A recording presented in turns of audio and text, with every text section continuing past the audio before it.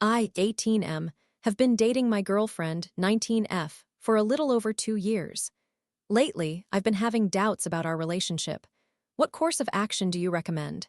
This is a burner account. I am primarily active on Reddit for the occasional inquiry anyway. I'm not posting this on our teen relationships because my question appears to be somewhat too mature for that subreddit. My browser crashed twice while composing this, so you are receiving a stripped-down version of what I originally intended for this post, but I can elaborate further in the comments. This is essentially a brief summary compared to what I initially prepared. It was written hastily and with frustration due to losing a significant amount of progress. I apologize for the formatting. This situation is essentially a never been treated properly meets first significant love relationship. My girlfriend and I have been together for 2 years and 3 months. We have maintained a long-distance relationship for 7 months because I had to leave for sports, and the only times I have seen her in person were for a week during Christmas and Thanksgiving, respectively. At the end of January, we experienced a rather unpleasant incident. We were fine one moment, exchanging texts, when she sent a heartfelt message expressing how important I was to her. I will admit that I sent a shorter and perhaps inadequate response considering the context, but it was still truthful. Within 5 minutes, she announced that we were finished, stating she was breaking up with me and had come to terms with the fact that I am not what she is seeking and that she must find it elsewhere. I was obviously in shock and found it hard to believe her at first.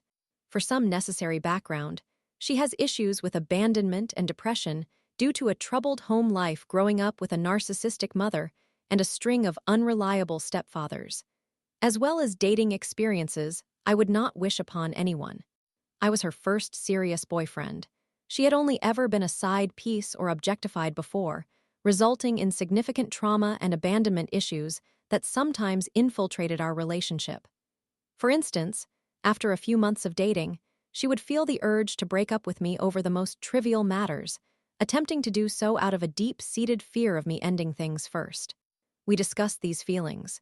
She revealed her trauma, and I was compassionate and understanding, which is why we always managed to stay together.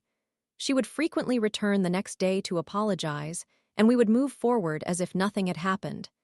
At its worst, this situation occurred about once a month for several months until she began seeing a therapist and started medication. After that, we enjoyed over a year without any similar incidents. I cannot deny that those episodes would always hurt. She would accuse me of lack of effort, implying that I was merely using her for free meals and transportation. I did not have a car, could not afford one, and my parents worked long hours, leaving me without access to theirs. Plus, I was involved in 3 sports and trained consistently in 2 of them, leaving little time, or of being emotionally inaccessible. The latter accusation is true and is something I have been working on. For 17 years, I observed my parents in a loveless marriage before they finally separated. Both were emotionally stoic, so I never witnessed them discuss their feelings, and as a result, I never learned to express my own. I tend to bottle things up because I do not know how to articulate them. In contrast, my girlfriend wears her heart on her sleeve, expressing everything openly. This difference has led her to feel unloved when I occasionally struggle to demonstrate my feelings. I would always plead with her to stay and promise to change, which I genuinely attempt to do. She later told me it was her fault too, sharing her past trauma and abandonment issues, and I was content with that explanation, which is why I was so compassionate in remaining in the relationship. During the long-distance period, the incident in January was not the first time we faced a breakup. In September, about a month after I left, we experienced our first breakup in over a year. This one felt much more genuine and was not immediately resolved. We were apart for several days, not just a single night. We did not communicate much until we eventually discussed our feelings and reconciled. When this happened, I sought advice from my friends, and they suggested I was being emotionally manipulated and needed to develop stronger self-respect. I vowed that if she attempted to break up with me again, I would honor her decision and not capitulate, regardless of how painful it might be. We coped well until the end of January, when the incident I first mentioned occurred. She was very serious about wanting to end things, and the impact hit me so swiftly that it did not feel real until the following day. We barely communicated in the subsequent days, which were filled with sadness and tears for both of us. Aside from my sport, I did not leave my bed, eat, or engage in any activities during that time. She did not waver, and I found myself with time to reflect. I remembered the promise I made to myself. I considered everything. I thought about my experiences, and how, at one stage, she found it easy to end things with me on a monthly basis. I took into account her mental state, her perspective, and what I could do. She expressed her unhappiness within our relationship and finally acknowledged that I could never fulfill her long-term desires. Those words prompted me to reflect on myself and our compatibility. Perhaps we were blinded by youthful love for 2 years. I'm a generally even-tempered and stoic individual. It takes a lot to provoke me or unsettle me, and I struggle with self-expression. I believe this is a primary source of our issues. We are emotionally opposites. While I do love my girlfriend and strive to express it, her perception of my actions and her love languages differ entirely from mine. She occasionally interprets my calm demeanor as a lack of care for our relationship or her, when in fact, that could not be further from the truth. For instance, I seldom experience jealousy because I trust her completely not to cheat or betray me. However, she conveys that she perceives my calmness as me believing she is not attractive enough to attract others. We communicate after these conflicts, which is why we always find our way back to each other. Every time we separated for a day and subsequently reconciled, it took a toll on me. I became increasingly desensitized, and I only recognized that now. After a few days of minimal communication and gradual acceptance of what seemed inevitable on my part, she started discussing our relationship and future more openly. She was struggling more than I was during those last few days. She was uncertain about what she wanted, and at that moment, so was I. I believe this was when she realized that I was accepting the prospect of our breakup, which shifted her perspective. She confessed that she was a terrible girlfriend, that she allowed her past and current family issues to haunt her and sabotage our relationship, and that I deserved better than someone who puts me through such turmoil. Initially, I did not say much, as I was numb and processing what I desired because, honestly, I did not know myself. I began to recognize that this might be the end, and I was starting to find peace with that idea. I conveyed to her that I was not a good boyfriend and might not be the right match for her. I do not want her to feel obligated to settle for someone and be unhappy because she believes no one else will love her. I truly tried to remain steadfast in my decision, and for a few more days, I did. The roles had shifted. She realized that I was the one contemplating our relationship. Throughout this turmoil, I told her I would always support her and that she could connect with my mom. She has no genuine friends nearby aside from me, so she primarily relies on myself and my mother, and that she was a part of our family regardless of our relationship status.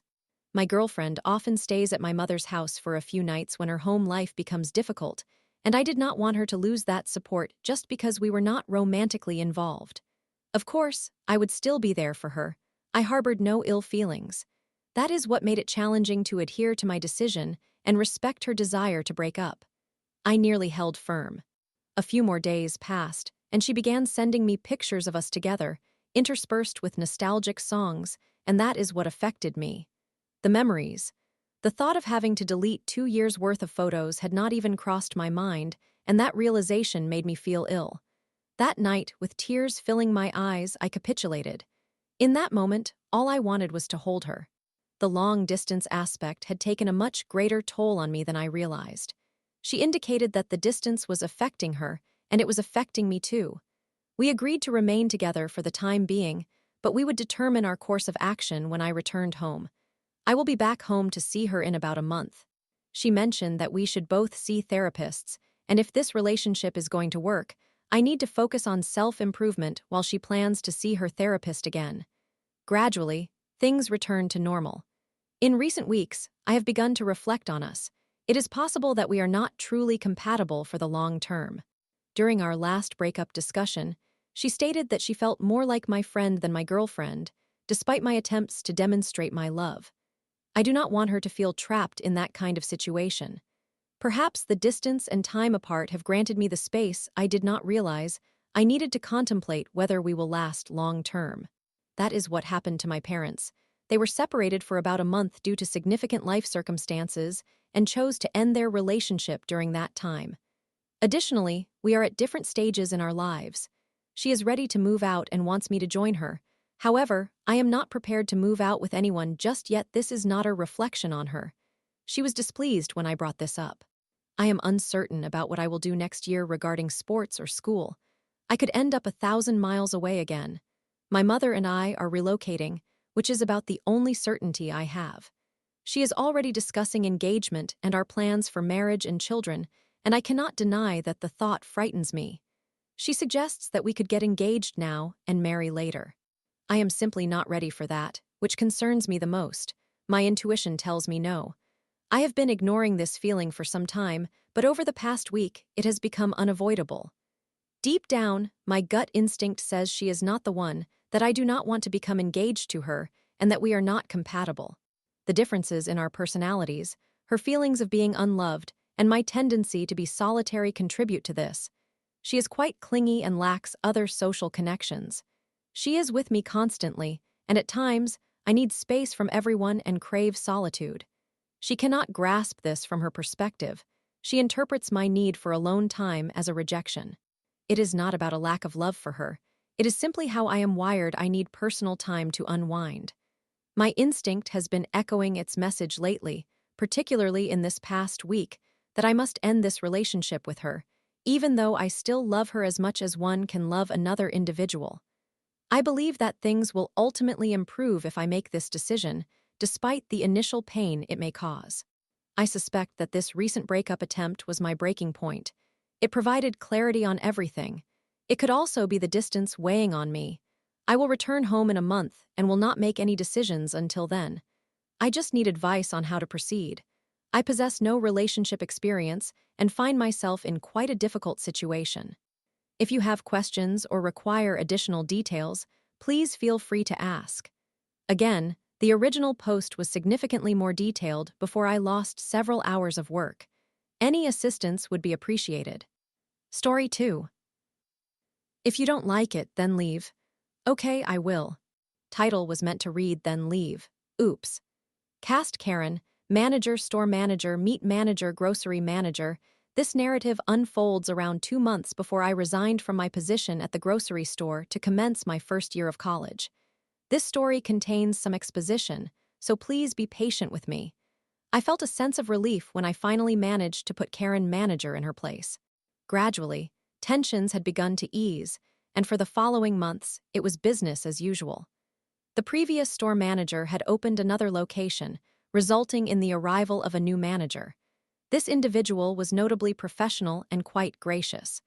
The new store manager consistently acknowledged various employees across different departments for their dedication and hard work.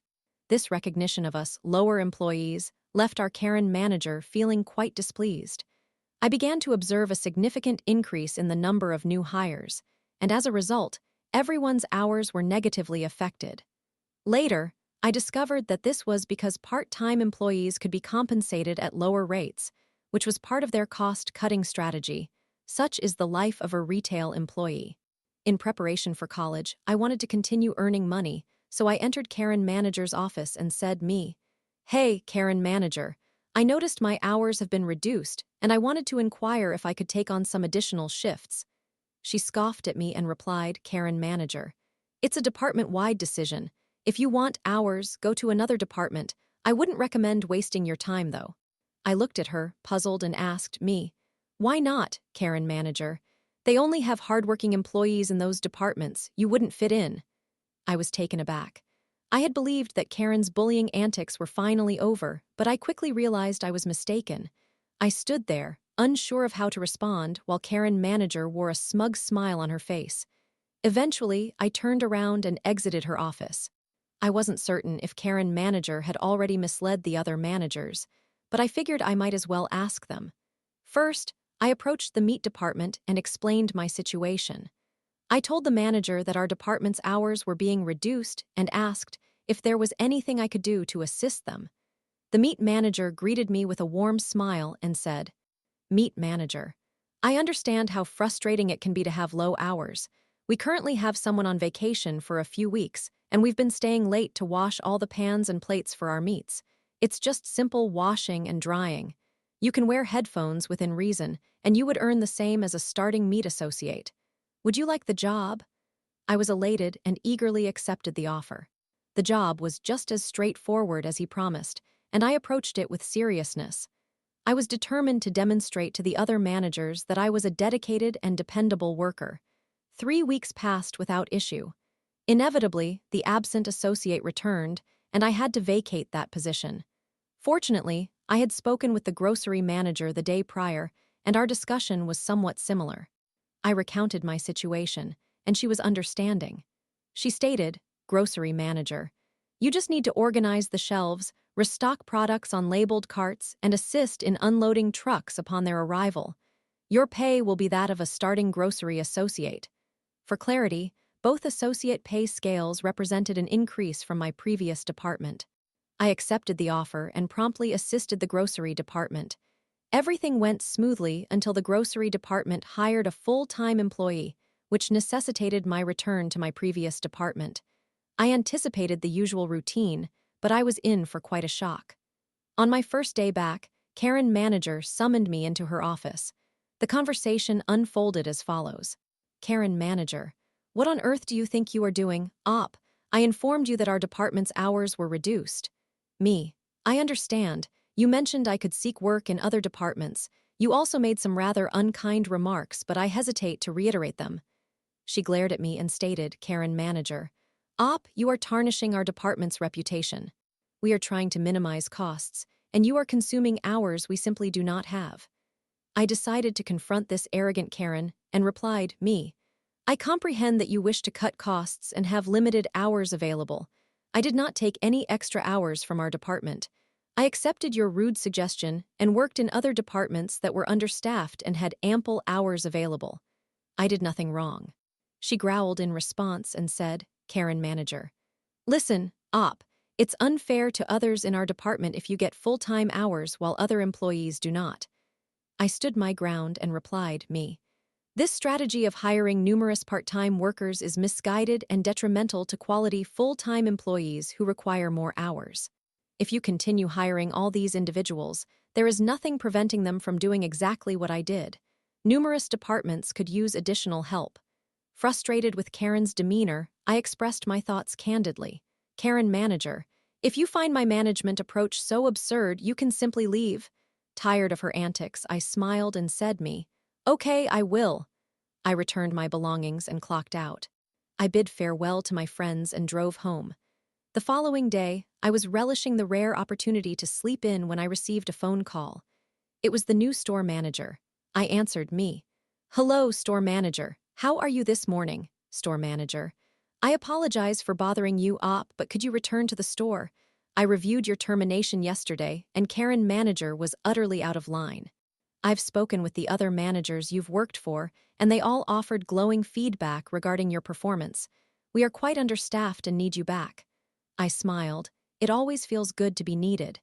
If you transfer me to grocery immediately, along with the pay increase, I will assist your department as needed, but I want grocery manager as my new supervisor. Store manager, agreed. I just accessed your file and transferred you over. You have my assurance that grocery manager is now your supervisor, and Karen manager no longer has any authority over you. I will be having a serious discussion with her regarding her management practices, rest assured. I smirked and said, Me, I will see you in 10 minutes. I drove to the store and entered. I gathered my belongings from the store manager and shook his hand. I noticed Karen manager's shocked expression and couldn't help but chuckle. I turned to a nearby customer with a smile, knowing those last few weeks would be exceptional.